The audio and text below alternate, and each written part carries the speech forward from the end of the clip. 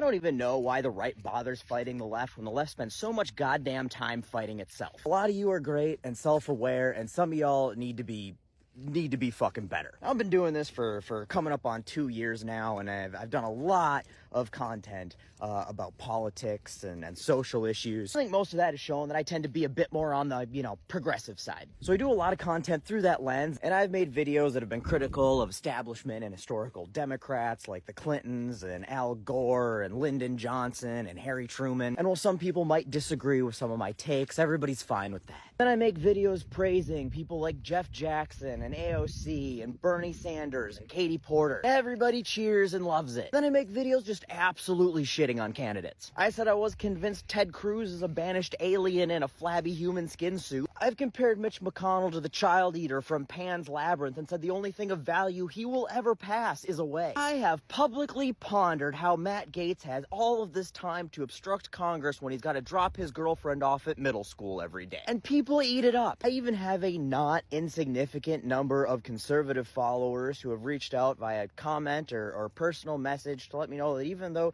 they don't always agree with my takes, they appreciate the content. Put that in your head. So then a video for Mayor Pete was requested, and I do it in the same fashion I do most of my videos. I'm like, hey, dude was valedictorian, went to Hartford, Rhodes Scholarship to Oxford, he's smart. He got elected to mayor of South Bend, Indiana, and was really effective and really revitalized the city. And as Secretary of Transportation, I said he's been arguably one of the most effective and influential in U.S. history. But I made jokes, as I do in all of these fucking videos, called him a Democrat Build-A-Bear and an old person's idea of a young person, and pointed out a few things that I think deserve a little bit of fucking criticism. Like, hey, he was a consultant for the world infamous corporate consulting firm McKinsey & Company. I've pointed out some instances of police brutality and race relations issues where he hasn't handled them, super great, saying that from my personal perspective, it seems like he's trying to straddle the issue and not say anything too controversial or speak with too much conviction because, unlike things that he does speak with conviction about that has no real consequences, like being pro-choice, we kind of run the gambit in the Democratic Party when it comes to justice and police reform from back the blue to defund the police. I had some criticisms of his overtly neoliberal policies when he ran in the Democratic primary, and I made the argument that I didn't believe he was ever running for president at all. He was running to advance his personal career so he could gain more status in the party and audition for a cabinet position. He's a smart guy. He knew he was never going to win the primary because he didn't have the experience. Think of all the primary winners for as far back as you can remember. With the exception of the Sherbert pervert, what do they all have in common? They were a governor or a U.S. congressman or senator or former vice president or secretary of state or some combination of all of the above. Not just mayor from an Indiana town nobody's thought about since Studebaker went out of business. If you still don't believe that my perspective is plausible here, think about this. He finishes first, kind of, in Iowa, which was a surprise, even for him. Finishes second in New Hampshire, third in Nevada, fourth in South Carolina. Pretty damn good for a long shot candidate. You'd think that anybody running for ideological reasons would be full steam ahead at that point, but he drops out after 4 strong finishes in a row and becomes a surrogate for Joe Biden's campaign. And then Joe Biden makes him Secretary of Transportation. And there's absolutely nothing wrong with what he did there. But when I say he seems to be prioritizing career advancement over the public service of that career, I feel like those actions support that assessment. But a bunch of people who are fans of my content and follow me, but are apparently also fans of Pete,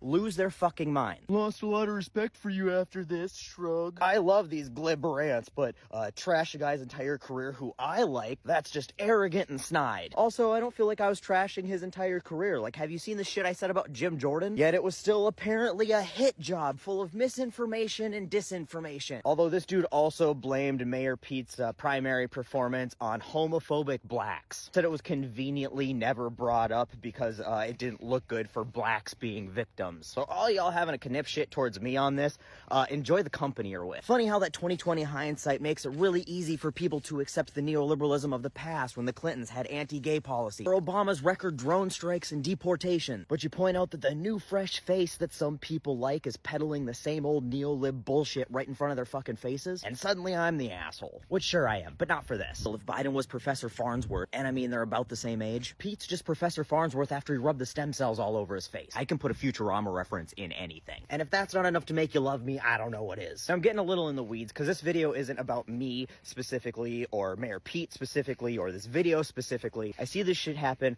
all the time on the left to a bunch of creators, public figures, politicians, where as soon as it's something they don't wholeheartedly agree with, they go tribal within their own tribe. Turn on their own for a difference in ideology while simultaneously criticizing the MAGA crowd for chastising anybody who steps out of lockstep. And it happens all the time on this side of the aisle with things like social issues and gun reform and police reform. Israel and Palestine, my fucking God, you don't have to go far to see it there. Right in these fucking comments, we've got a gay Democrat who is upset with African American Democrats because he feels like his community's plights and oppressions don't get the attention they deserve because of that community's plights and oppressions. But all that infighting and tribalism gets us is people elected who don't give a shit about either community. So you know what, it's fine. Lose respect for people over shit like this. If after a couple years of daily videos, it only takes one video that hurts your feelings because it doesn't exactly agree with you to make you lose respect, how much do you honestly think your fucking respect is worth? And just remember this, if you can enthusiastically enjoy somebody who talks about all the people and issues you agree with, you can come out and sing the praises of the ways and style that somebody is critical of all the things that you're critical of, but suddenly take huge issue when they apply that same style and critique to something you don't necessarily agree with, it says a hell of a lot more about you than it'll ever say about them. So the next time a Donald Trump gets elected and a Roe v. Wade gets overturned, and we fail to accomplish any of the things that we all collectively agree are important, and you're looking for somebody to blame, don't worry. There's a mirror in the bathroom.